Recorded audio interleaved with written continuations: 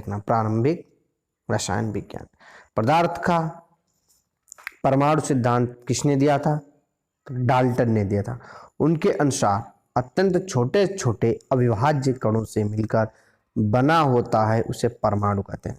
इसको दूसरी भाषा में भी समझ सकते हैं। परमाणु क्या होता है? परमाणु अत्यंत छोटे छोटे कणों से मिलकर बने हुए पदार्थ को या एटम को परमाणु कहते हैं। दो न्यूट्रॉनों के बीच लगने वाले आकर्षण बल को क्या कहते हैं? गुरुत्वीय बल या नाभिकीय बल। इलेक्ट्रॉन एक ऋण आवेशित कण है जिसकी खोज जे टॉमसन ने की थी। जे टॉमसन ने की थी। कैथोड किरणें इलेक्ट्रॉनों की धाराएं होती हैं। कैथोड किरणों पर चार्ज होता है। सर्वाधिक विद्युत ऋणात्मक तत्व फ्लोरीन है, जबकि सर्वाधिक विद्युत धनात्मक तत्व फ्रेंशियम है। किसी तत्व के रासायनिक गुण नाभिक के बाहर विचरण करने वाले इलेक्ट्रॉनों की संख्या द्वारा तय किए जाते हैं। इसका मतलब यह किसी तत्व के रासायनिक गुण, किसी जो तत्व यानी एटम की केमिकल रिएक्शन है वो उसके नाभिक या न्यूक्लियस के में जो पॉजिटिव चार्ज या निगेटिव चार्ज होता है उस पर निर्भर करता है। इलेक्ट्रॉन की खोज चैडविक ने की थी। इसको साधारण भाषा में कैसे? ईटा पर नाचे। ई मतलब इलेक्ट्रॉन, ई फॉर इलेक्ट्रॉन, ईटा हो गया, इलेक्ट्रॉन का थॉमसन हो जाएगा। पर प्रोटॉन रदरफोर्ड, नाचे यानी न्यूट्रॉन चैडविक। साधारण भाषा में इसको याद कर सकते हैं, ईटा पर नाचे। ईटा, ई फॉर इलेक्ट्रॉन, टा फॉर थॉमसन। पर नाचे, पर मतलब प्रोटॉन, आर पर हुआ, पर प्रोटॉन अर, और दूसरा रा बना उससे रदरफोर्ड हो गया। नाचे, ना फॉर न्यूट्रॉन, चा फॉर चैडविक, ईटा पर नाचे। न्यूट्रॉन का द्रव्यमान हाइड्रोजन परमाणु के द्रव्यमान के लगभग बराबर होता है। तो न्यूट्रॉन का द्रव्यमान होता है हाइड्रोजन के लगभग बराबर होता है। वे तत्व जिनके प्रोटॉनों की संख्या या परमाणु क्रमांक समान होते हैं समस्थानिक कहलाते हैं। समस्थानिक परमाणु का समस्थानिक क्या कहते हैं? जिनके परमाणु क्रमांक बराबर होते हैं। जैसे दो तत्वों के परमाणु क्रमांक बराबर हो तो समस्थानिक हो गए। परमाणु का संगठन करने वाले तीन मौलिक कण इलेक्ट्रॉन, प्रोटॉन और न्यूट्रॉन है। परमाणु का संगठन करने वाले तीन मौलिक कण इलेक्ट्रॉन, प्रोटॉन और न्यूट्रॉन है। इलेक्ट्रॉन की खोज जे थॉमसन ने कैथोड किरणों में की। प्रोटॉन की खोज रदरफोर्ड ने की। इलेक्ट्रॉन की खोज पता चल गया जे थॉमसन, प्रोटॉन की खोज रदरफोर्ड। प्रोटॉन एक धनावेशित कण है जबकि इलेक्ट्रॉन एक ऋणावेशित कण है। रदरफोर्ड ने इसको प्रूव किया था जब उन्होंने रेज डाली थी, नहीं उसके अंदर से वो सीधे निकल जा रहे थे। इससे क्या पता चलता? प्रोटॉन एक धनावेशित कण है और कुछ आकर्षित हो रही थी। रदरफोर्ड जब मॉडल पढ़ाएंगे तब मैं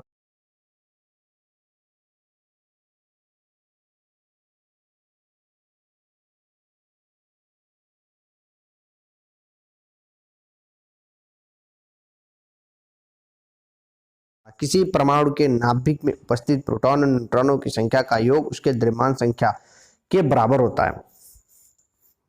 atomic mass, atomic mass, atomic number. नाभिक में उपस्थित प्रोटॉनों की संख्या, नाभिक में जितने प्रोटॉन हैं यानी न्यूक्लियस में जितने प्रोटॉन प्रेजेंट हैं वही उसका परमाणु क्रमांक होगा। जैसे हीलियम, हीलियम में 2 प्रोटॉन है, नंबर 2। अमोनिया एक तीक्ष्ण गंध वाली रंगहीन गैस है। यह जल में अति विलय है। अमोनिया बहुत गंदी, तीक्ष्ण गंध वाली, बहुत ज्यादा गंध आती है, इसमें जल में अति विलय है। अमोनिया का जब प्रैक्टिकल करते हैं NH3 लैब में बहुत गंध आती है, ये पानी की तरह ही दिखती है।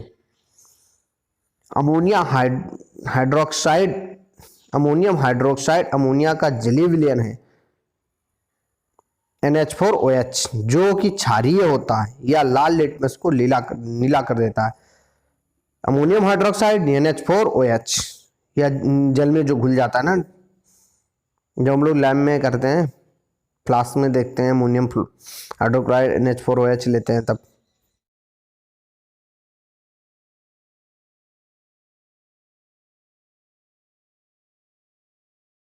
अवस्था में पाई जाती है। अल्मीनियम के मुख्य खनिज बॉक्साइट, फ्लोस्पर, क्रोमोलाइट आदि हैं। पीतल, तांबा और जिंक एक मिश्रित रूप है। पीतल है जो तांबा जिंक का एक मिश्रित रूप है।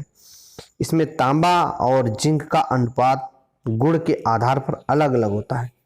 जैसा आप पीतल लोगे उसी हिसाब से तांबा और जिंक का अनुपात होता है। अब मैं आपको दूसरा बताऊं, तांबा मुक्त एवं संयुक्त दोनों अवस्था में पाया जाता है। तांबा जो मुक्त और संयुक्त दोनों अवस्थाओं में पाया जाता है। जो तांबे के बर्तन आते हैं उनमें तांबा में कुछ जिंक या ब्रॉन्ज मिला देते हैं तो वो संयुक्त हो गया, और मुक्त प्योर तांबा भी आता है। तांबा का शोधन विद्युत विघटनीय परिष्करण द्वारा किया जाता है। हीलियम का गलनांक सबसे कम होता है। He का गलनांक सबसे कम हो गया। मरकरी यानी पारा अन्य धातुओं के साथ क्रिया करके अमलगम बनाती है। पारा ही अमलगम बनाता है। जंग लोहे का संक्षारण में अहम भूमिका निभाता है। ऐसा जल जिसमें नमक उपस्थित होता है उससे समुद्र जल में लोहे में शीघ्र जंग लग जाती है। जंग क्यों लगती है? जंग नमक या मिट्टी पानी में हुई हवा के साथ क्रिया करके जंग लगा देती है। मिट्टी या जंग, क्षारा जल जितना क्षारीय जल हुआ उतनी जल्दी जंग लगेगी लोहे में। लोहे में जंग लगना एक रासायनिक परिवर्तन है। लोहे पर जंग लगने से लोहा का भार बढ़ जाता है। सोने की शुद्धता कैरेट में मापी जाती है। 24 कैरेट सोना शुद्ध होता है। 18 कैरेट सोने की शुद्धता 75% होती है। कैरेट कैसे नापते हैं? 24 इंटू 100 बटा 24, जितने सोना हुआ उतने परसेंट नाप लिया। 22% हुआ, 22 कैरेट हुआ, 22 इंटू 100 2200 अपॉन 24 करके सॉल्व कर लो। 18 कैरेट यानी 75% सोना हुआ। लोहे की चादर पर जस्ते की परत चढ़ाना यसद लेपन कहलाता है। जिंक की परत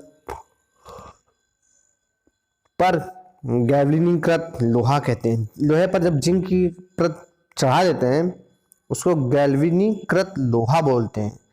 कांच एक क्रिस्टलीय ठोस है। कांच एक क्रिस्टलीय ठोस है। बहुत बार आया है क्वेश्चन।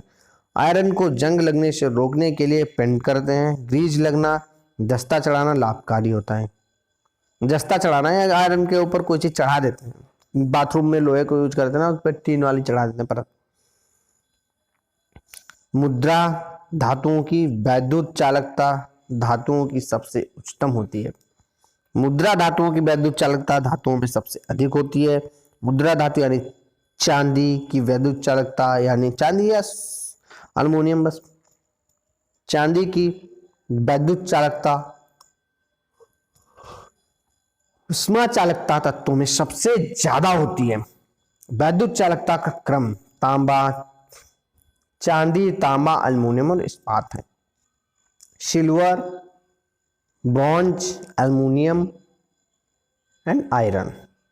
कांसा यानी ब्रॉन्ज, तांबा और टिन एक मिश्र धातु हैं। कांसे का उपयोग बर्तन या मूर्तियां बनाने में होता है। स्टील में लगभग 98.9 आयरन होता है व 0.1 से 1.5% तक कार्बन होता है। लोहे का सबसे शुद्ध वाणिज्यिक रूप पिटवा लोहा है। पिटवा लोहा लोहे का सबसे शुद्ध रूप है। इसमें कार्बन की मात्रा स्टील से भी कम होती है। कोयले की गुणवत्ता का निर्धारण इसमें निहित कार्बन के अनुपात पर निर्भर करता है। कोयले में जितना कार्बन हुआ उतना कोयला अच्छा कोयला माना जाता है। लिग्नाइट यानी भूरा कोयला कहा जाता है। विद्युत चुंबक के रूप में लोहा, स्टील, निकेल, कोबाल्ट आदि प्रयोग होते हैं। विद्युत चुंबक किनसे बनता है? लोहा, स्टील, निकेल व कोबाल्ट से बनता है। बहुत बार क्वेश्चन आया विद्युत चालकता, विद्युत चुंबक बनाने वाले 3 धातु, उसमें दे देते हैं लोहा, स्टील, लोहा दे दिया और तांबा दे दिया और कई बार मैंने देखा हुआ, लोहा दे दिया, तांबा दे दिया, स्टील दे दिया, ऐसे कर दिया, लोहा, तांबा, स्टील, लेकिन आपको सही आंसर बताना पड़ेगा ना।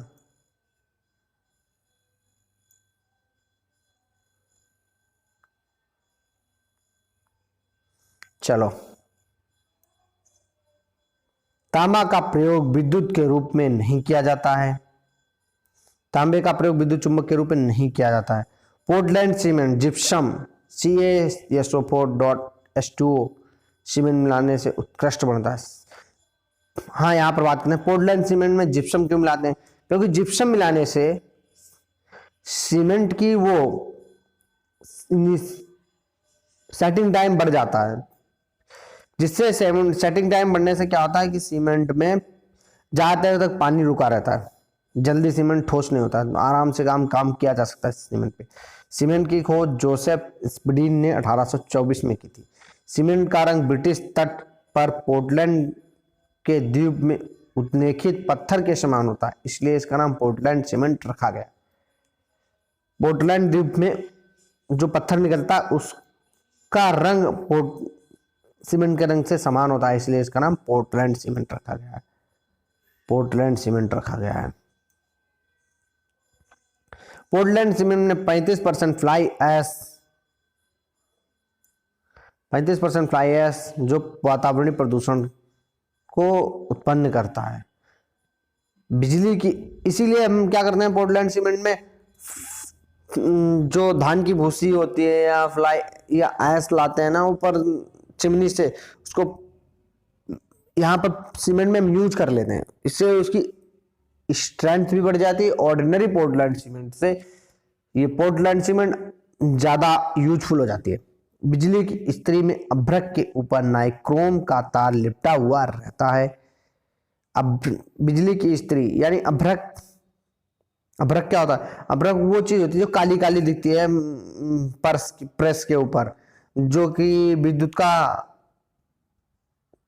कुछ अलग मानते हैं उसको, कंडक्टर नहीं है, बैड कंडक्टर ऑफ लाइट है, इंसुलेटर कह सकते हो उसको। अभ्रक का एक अच्छा प्रतिरोधी है जो ऊंचे ताप पर भी नहीं पिघलता। अभ्रक जब नाइक्रोम के तार में धारा प्रवाहित की जाती है तो वह गर्म हो जाती है, जिससे आवरण भी गर्म हो जाता है, जो कपड़े को प्रेस कर देता है। नाइक्रोम की तार बिछी होती है, उस पर धारा जब प्रवाहित की है तो वो गर्म हो जाती है, जिससे उसका निचली सतह है ना वो भी गर्म हो जाती है, वो कपड़े को प्रेस कर देती है। ग्रेफाइट को पेंसिल बनाने में प्रयुक्त किया जाता है, यह कार्बन का अपरूप होता है। अग्निशमन वस्त्र एस्बेस्टॉस से बनाए जाते हैं। स्वर्ण एक्वा रेजिया में घुल जाता है। चांदी, तांबा, एल्युमिनियम, इस्पात, स्वर्ण ऐसी धातुएं हैं जो प्राकृतिक में सदैव मुक्त अवस्था में पाई जाती है। टाका यानी शोल्डर, टिन एवं सीसा की मिश्र धातु है। क्विक सिल्वर का रासायनिक नाम पारद यानी पारा है। क्विक सिल्वर होता है पारा, जिसका यूज मरकरी यानी जिसका यूज हम थर्मामीटर में करते हैं। कार्बन का सर्वाधिक कठोर अपरूप हीरा है। सबसे अच्छा कार्बन हीरा में मिलता है। पायस एक द्रव में द्रव का कोलाइड निकाय है, जैसे दूध, पायसीकृत तेल इत्यादि। पायस यानी पिस्वीकृत दूध नहीं होता, पस्टराइज्ड मिल्क। गहरे समुद्र में गोताखोरों के समय समय पर गोताखोर ऑक्सीजन हीलियम के मिश्रण का उपयोग करते हैं। ये क्वेश्चन कई बार आया है, इसको अच्छे से दिखा देते हैं। परमाणुओं की गहरे समुद्र में जब गोताखोर जाते हैं, ऑक्सीजन और हीलियम सहायता से ही हम आज के मिश्रण का प्रयोग करते हैं। जब ऑक्सीजन तो उनके पास कम हो गई तो ऑक्सीजन और हीलियम के मिश्रण का उन्होंने प्रयोग कर लेते हैं। मैग्नीशियम का डॉ विधि से समुद्र में MgCl2.2H2O को निष्कासित करती है। मैग्नीशियम को डॉ विधि द्वारा समुद्र के लवण MgCl2.6H2O द्वारा निष्कासित किया जाता है। समुद्र के जल का शोधन करने के लिए सामान्य रूप से अवसादन यानी डिस्टिलेशन विधि का प्रयोग करते हैं। साधारण फिटकरी का रासायनिक नाम पोटेशियम एल्युमिनियम सल्फेट है। K2SO4.L2SO4 का होल थ्राइस .24H2O ये हमारी फिटकरी है। फिटकरी का रासायनिक नाम है। कई बार आया है क्वेश्चंस में। अब हम आगे बढ़ते हैं। जो कंफ्यूजन हो बताइए भैया। फिटकरी का रक्त स्राव, फिटकरी का यूज हम रक्त जब खून बहता है उसमें हम लगा देते हैं। यहाँ दाढ़ी बनाते वक्त फिटकरी लगाई जाती है। क्यों लगाई जाती है? फिटकरी स्कंदन के कारण यानी कोगुलेशन के कारण रक्त को रोकती है, रक्त बहने नहीं देती है। क्रिस्टलीकरण ठोस पदार्थ के शोधन में प्रयुक्त होती है। क्रिस्टलीकरण अशुद्ध जल या जल को शुद्ध करने के लिए फिटकरी का प्रयोग किया जाता है। कर देती है। 12th में इसका प्रोजेक्ट कराया जाता है।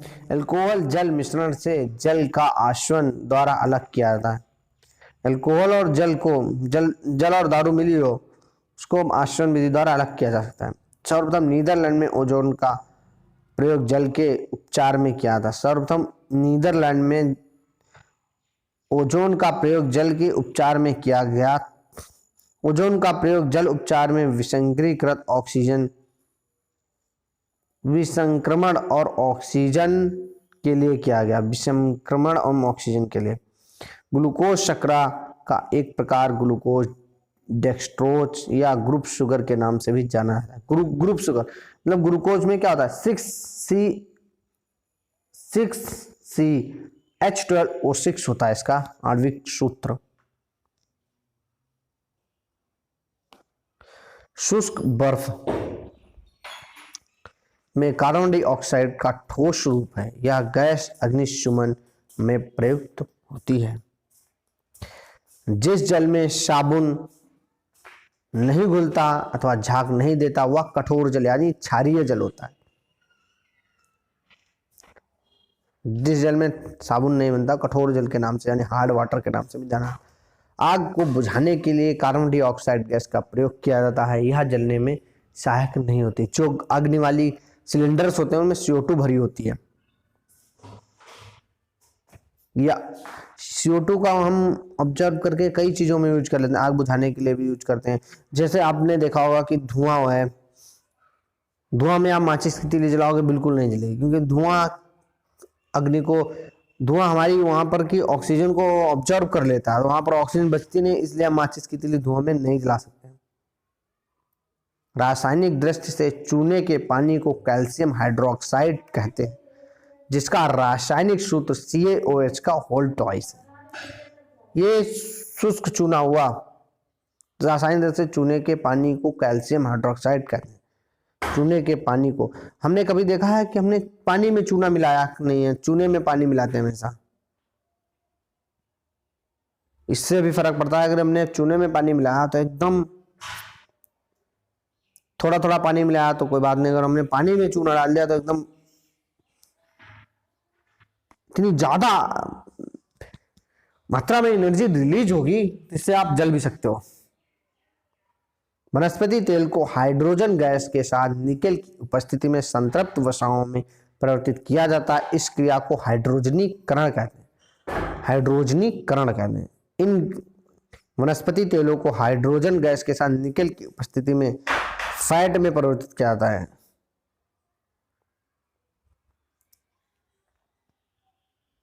इस क्रिया को हाइड्रोजनीकरण कहते हैं। इन जिन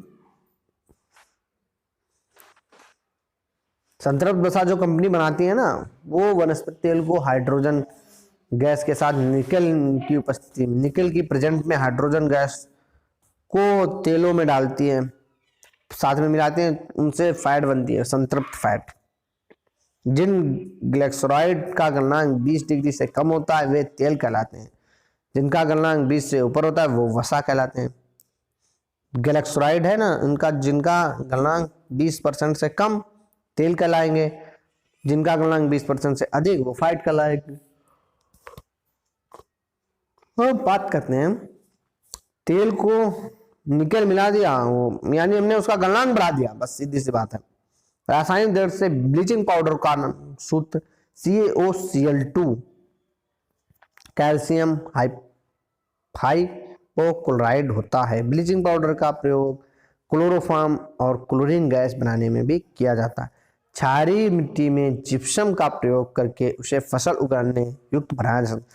हम ऊसर यानी क्षारीय मिट्टी में हम जिप्सम मिलाते हैं, कहते हैं ऊसर सुधार मिला रहे हैं, वो जिप्सम की बोरी आती है उसको मिलाने से हम मिट्टी का सामान्य यूज वाली बना सकते हैं। किसी भी ईंधन की गुणवत्ता की माप उसकी ऑक्टेन संख्या से की जाती है। ऑक्टेन संख्या मतलब C8 ऑक्टेन संख्या पर निर्भर करती है। एलपीजी प्रोपेन तथा ब्यूटेन का मिश्रण होती है। एलपीजी प्रोपेन और ब्यूटेन का मिश्रण होती है। अब हम नेक्स्ट क्वेश्चन पे चलते हैं। एलपीजी के मुख्य अवयव ब्यूटेन या आइसोब्यूटेन है। प्राकृतिक गैस में मुख्यतः मीथेन गैस होती है जो अपेक्षाकृत हल्की गैस होती है। पीएनजी मुख्यतः खाना बनाने में यूज होती है। पिप्ड नेचुरल गैस का प्रयोग खाना पकाने में घरों के उपयोग में करते हैं। रॉकेट में ईंधन के रूप में हाइड्रोजन एवं ऑक्सीजन का प्रयोग किया जाता है। जो रॉकेट में गैस भरते हैं ना, पेट्रोल से लगी आग को बुझाने में जल प्रभावित नहीं होता है क्योंकि जल और पेट्रोल एक दूसरे में अमिश्रणीय हैं और जल ऊपरी परत बनाता है और तथा जलता है रहता है। पेट्रोल में से जो आग लगती है उसमें जल यूज नहीं हो पाता है, उसको बुझा नहीं सकता क्यों, जल और पेट्रोल मिश्रण, जल अलग रह जाएगा, पेट्रोल अलग रह जाएगा। जल पेट्रोल में अघुलनशील रहेगा ना, तो जल के अंदर से पेट्रोल जल जाएगा। पेट्रोल से लगी आग को बुझाने के लिए फोम का प्रयोग करते हैं। फोम का प्रयोग करते हैं। अग्निशमक का प्रयोग करते हैं। फोम अग्निशमक CO2 डालते हैं उस पर खूब ज्यादा सी। रेयन का प्रयोग कृत्रिमशील ये कई बार क्वेश्चन आया, पेट्रोल को का यूज क्यों नहीं करते हैं, पेट्रोल से लगी आग में जल का यूज क्यों नहीं करते हैं। रेयन को पॉलीसेक्राइड, रेयन एक पॉलीसेक्राइड है। रेयन को पहले कृत्रिमशील कहते हैं। पॉलीथीन एक पॉलीमर बहुलक है जिसका monomer ethylene CH2 double bond CH2 है। बहुलक या पॉलीमर बहुत अधिक अणु मात्रा वाला कार्बनिक यौगिक है। व्यापारिक वैसलीन पेट्रोलियम द्वारा निकाला जाता है। हाइड्रोकार्बन का प्राकृतिक स्रोत जीव भार है। टेरिलिन न्यूनतम ज्वलनशील रेशा यानी फाइबर है। वाणिज्य में कृत्रिम रेशा टेरालिन कहा जाता है। वाणिज्य में कृत्रिम रेशा, कॉमर्शियल में जो कृत्रिम रेशा है ना उसे टेरालिन बोलते हैं। 6 अगस्त 1945 को अमेरिकी वायुसेना ने जापान में हिरोशिमा और नागासाकी परमाणु बम गिराया था। चॉकलेट स्वास्थ्य के लिए हानिकारक हो सकते हैं क्योंकि इनमें कैडमियम और लेड सीसा की मात्रा अधिक होती है। नाभिकीय ऊर्जा ऐसी ऊर्जा होती है जो प्रत्येक परमाणु के अंतर्निहित होती है। सभी मौजूदा नाभिकीय ऊर्जा संयंत्रों में विखंडन का प्रयोग किया। सभी मौजूद जितने हैं उनमें न्यूक्लियर फ्यूजन का प्रयोग होता है, फिजन नहीं। परमाणु रिएक्टरों में प्रयुक्त ईंधन यूरेनियम है। परमाणु रिएक्टर के अंदर यूरेनियम परमाणु नियंत्रित श्रृंखला अभिक्रिया द्वारा विखंडित किए जाते हैं। मंदक न्यूट्रॉनों की गति को मंद करता है। भारी जल D2O ग्रेफाइट या कैडमियम की क्षणों का प्रयोग मंदक के रूप में किया जाता है जिसमें भारी जल की सर्वोत्तम मंदक है, जो भारी जल को सर्वोत्तम मंदक कहा जाता है। प्राकृतिक रेडियोएक्टिवता की खोज वर्ष 1986 में 96 में फ्रांसीसी वैज्ञानिक हेनरी बैकुरल ने की थी। सूर्य में ऊर्जा का निरंतर सृजन नाभिकीय संलयन न्यूक्लियर फ्यूजन के कारण होता है। हाइड्रोजन बम एडवर्ड टेलर ने विकसित किया था।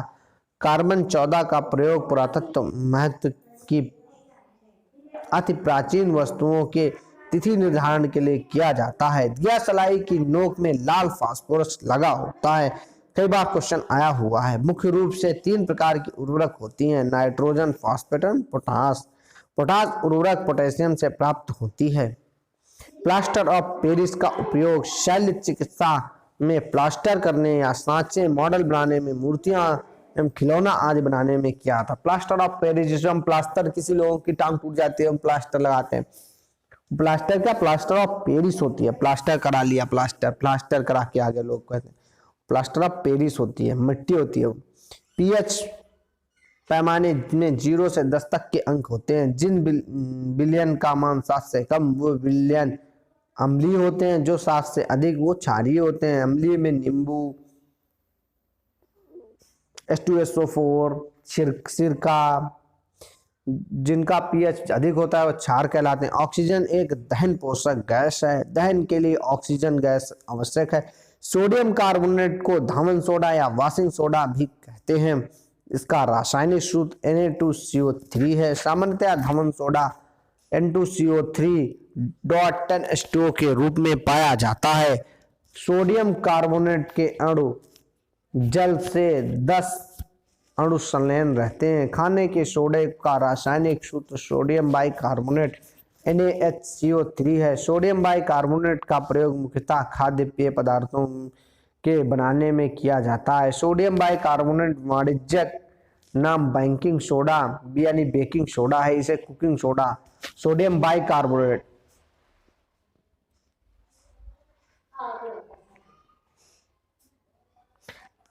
सोडियम बाइकार्बोनेट NaHCO3 खाने का सोडा। Na2CO3.10H2O सामान्यतः धावन सोडा होता है, कपड़ा धोने का काम आता है।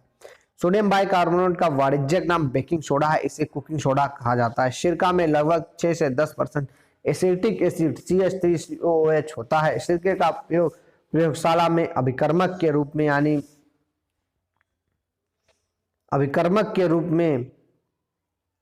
रिएक्टेंट के रूप में होता है। अचार, चटनी आदि बनाने में सिरके का प्रयोग होता है। दिया सलाई बनाने में लाल फास्फोरस व फास्फोरस ट्राइसल्फेट का प्रयोग होता है। गुब्बारों की गैस में हीलियम का प्रयोग होता है, क्योंकि हीलियम आर्द्र गैस है। हाइड्रोजन एक ज्वलनशील होने के कारण इसका प्रयोग गुब्बारों में नहीं लाई जाती है। कार्बन डाइऑक्साइड, कार्बन मोनोऑक्साइड का नाइट्रोजन ऑक्साइड तथा सीसा और भारी धातुओं के निलंबित कणों के उत्सर्जन के कारण नगरीय वातावरण, ग्रामीण वातावरण अपेक्षाकृत अधिक प्रदूषित रहता है। हाइड्रोजन सल्फाइड H2S एक रंगहीन गैस है, जिसे सड़े अंडे जैसी गंध आती रहती है। सड़े अंडे जैसी गंध H2S से आती है। 1847 जेम्स सिम्पसन ने क्लोरोफॉर्म का निश्चेतक के रूप में प्रयोग। क्लोरोफॉर्म का से देने से बेहोश हो जाते हैं लोग। क्लोरोफॉर्म से इनका प्रयोग निश्चेतक के रूप में किया। KMnO4 पोटेशियम परमैंगनेट का प्रयोग रोगाणुरोधी के रूप में किया, रोगाणुनाशी के रूप में किया। KMnO4 का यूज, जैसे कोई किसी का कोई चीज कट जाता KMnO4 से धो दो।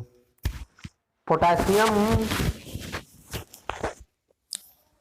परमैंगनेट का प्रयोग रोगाणुनाशी के रूप में किया गया। पोटेशियम परमैंगनेट को एंटीसेप्टिक भी कहा जाता है, जिसे हाथ पैर रोगों में आदि, त्वचा कवकों के संक्रमण, अल्सर आदि के उपचारों में किया जाता है। पोटेशियम परमैंगनेट का उपयोग गोनोरिया के उपचार में भी होता है। लाल दवा के नाम से भी जाना जाता है। नाइट्रस ऑक्साइड, जिसे प्रायः लॉफिंग गैस N2O कहते हैं, एक रासायनिक अकार्बनिक यौगिक है। वायुमंडल में नाइट्रोजन सबसे अधिक 78%, ऑक्सीजन 21%, एवरेज में कार्बन डाइऑक्साइड 0.0036, उत्कृष्ट गैसें लगभग 0.937 है। रेडॉन को छोड़कर अन्य सभी उत्कृष्ट गैसें वायुमंडल में पाई जाती हैं। इसकी खोज रिले व विलियम रामसे ने की थी। नेपथलीन का प्रयोग नेपथलीन का मुख्य स्रोत कोलतार है। व्यापक रूप से नाइट्रोजन की सर्वाधिक मात्रा 46% यूरिया में पाई। यूरिया में ऐसा उर्वरक है नाइट्रोजन सर्वाधिक मात्रा में 46% पाया जाता है। विशाल संख्या में स्वचालित वाहनों वाले नगर में सीसा लेड प्रदूषित कर देता है। लेड बहुत ज्यादा धुएं में पाया जाता है जो वाहनों से निकलता है। कार्बन मोनोऑक्साइड में घुलनशील रहता है। वसा के साथ कास्टिक सोडा को उबालकर साबुन तैयार किया जाता है। NaOH सूत्र यौगिक सामान्यतः कास्टिक सोडे का है। प्लास्टर ऑफ पेरिस को जल से क्रिया करने पर ऊष्मा उत्पन्न होती है या शीघ्रता से जिप्सम में बदल जाती है। प्लास्टर ऑफ पेरिस को जल से क्रिया करा दो, ऊष्मा उत्पन्न हो जाए, जैसे जिप्सम में बदल जाती है। वृक्षों से प्राप्त किया गया प्राकृतिक रबड़ बुनियादी रासायनिक निर्माण आइसोप्रोपीन है। किडनी स्टोन, पथरी, कैल्शियम ऑक्सलेट CaCO4 पाया जाता है। ऊन तंतु का विकल्प नायलॉन 66 है। किसी मृदा का पीएच उस विशेष मृदा अम्लांश पर निर्भर करता है, यानी किसी मृदा का पीएच अगर 6 और 7 के बीच में है तो वह मृदा उपजाऊ मृदा में आती है। कपड़े से स्याही और जंग के धब्बों को मिटाने के लिए ऑक्सैलिक एसिड का प्रयोग होता है। कार्बन और हाइड्रोजन ऐसे तत्व हैं जिनसे बहुत बड़ी संख्या में यौगिक तैयार किए जाते हैं। जानवरों के गोबर अपशिष्ट बायोगैस प्लांट के लिए मुख्य कच्चा पदार्थ माना जाता है। गोबर गैस का संगठन इस प्रकार होता है: methane 55%, hydrogen 7.4%, carbon dioxide 35%, nitrogen 2.6%, hydrogen sulphide के कुछ अंश। ओजोन परत के अवक्षय क्लोरोफ्लोरोकार्बन है। हेलेंस और नाइट्रोजन ऑक्साइड प्रमुख हैं। ओजोन का सर्वाधिक विनाश क्लोरोफ्लोरोकार्बन में वृद्धि के कारण हुआ है। ओजोन परत जो पृथ्वी की गई है ना, क्लोरोफ्लोरोकार्बन के कारण बहुत ज्यादा नुकसान हुआ ओजोन परत का। वायुमंडल में ओजोन गैस द्वारा पराबैंगनी किरणों का अवशोषण होता है, जिससे पराबैंगनी किरणों सीधी पृथ्वी पर नहीं पहुंचती हैं। पाश्चराइजेशन इस प्रकार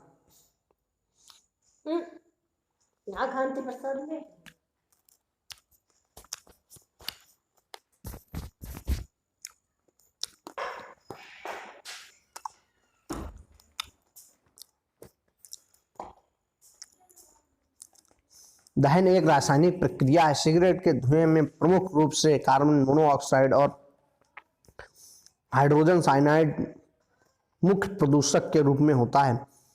कार्बन मोनोऑक्साइड प्रमुख वायु प्रदूषक है।